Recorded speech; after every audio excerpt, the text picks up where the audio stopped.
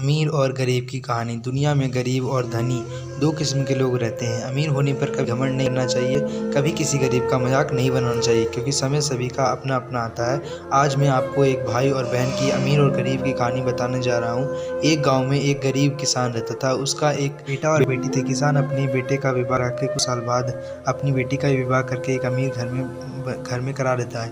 बेटी बहुत ही अमीर घर में चली जाती है। उसके घर में नौकर चाकर काम करते हैं। किसान अपने दोनों बेटे का विवाह करके इस दुनिया से चला जाता है। बेटी को धन की कमी नहीं होती, वहीं उसका बेटा बहुत ही था। दिन भर खेती मेहनत करता था, मजदूर अपने परिवार का पालन पोषण करता था। अपनी पत्नी को भगवान भोलेनाथ की शिव से बहुत बड़ी भक्ति थी। गरीब होने के बाद भी वो किसी भी प्रकार की शिकायत नहीं करती थी और अपने परिवार में खुश रहकर रहती थी। तो आगे जानेंगे फ्रेंड्स क्या होता है वीडियो के एंड में। तो फिर वहीं उसके पति की बहुत ज़्यादा होने के कारण वह घमंडी था। वो अपने भाई के गरीब के कारण कोई रिश्ता नहीं रखना चाहता था, और उसकी बहन बड़े धन के घमंड में इतनी चूर थी कि उसने अपने भाई को देखना ही पसंद नहीं करती थी। समय बीतता गया और बहन की ननद की शादी पड़ी। उसने अपने भाई को बुलाया तक नहीं, किसी तरह के भाई को पता भी नहीं चला कि बिना बुलाए बहन के घर में शादी में चला जाता है। बहन उसको देखते ही अपने नौकर से कहकर घर के बाहर से ही लौटा देती है। भाई भूखा प्यासा रोते हुए घर चला आता है। तभी रास्ते में उसको एक बूढ़ी माँ मिलती है। तो उसने उस भाई से पूछा कि बेटा तुम क्यों रह रहे हो, इतने बहुत सारी दुखदाई कहानी है। बूढ़ी माता ने उसे समझाया और चुपचाप करा के कहती है।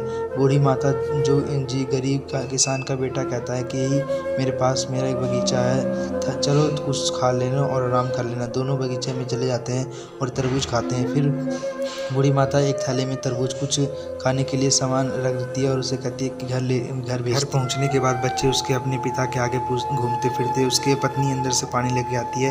वह तुरंत थैला खोलकर देखती है कि मेरी ननद ने क्या भेजा है। बेचारा भाई वहाँ से चला जाता है, क्योंकि पत्नी जैसे ही उसकी तरबूजा को काटती है तो उसमें से हीरे जवाहरात और मोती चमकते रहते हैं। फिर उसने पति के पास जाकर कहती है कि दीदी ने हमारी गरीब देख लिया, इसलिए इतने सारे धन भेज दिया। बेचारा भाई सोच रहा में पड़ गया और कुछ नहीं कहना। अब बेचारा भाई बहुत ही धनी और पैसे वाला बन गया।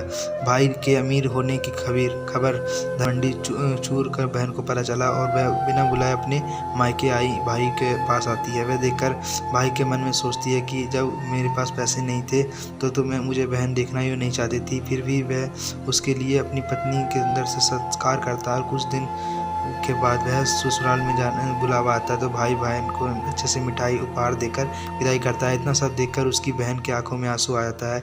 वह समझ जाती है कि धन सब कुछ नहीं होता, अच्छा स्वभाव और दिल का बड़ा होना चाहिए। इस कहानी से हमें शिक्षा मिलती है कि हमें किसी प्रकार हमें कभी भी गरीब और अमीर का मजाक नहीं उड़ाना चाहिए। गरीब के कारण रिश्ता नहीं होता, तोड़ना अच्छा नहीं होता। समय कैसा भी होता है, समय सबका बलवान होता है। समय सबके आदर आता रहता है और सबके अच्छे से रहना चाहिए, प्रेम संस्कार करना चाहिए। आज के इतना ही।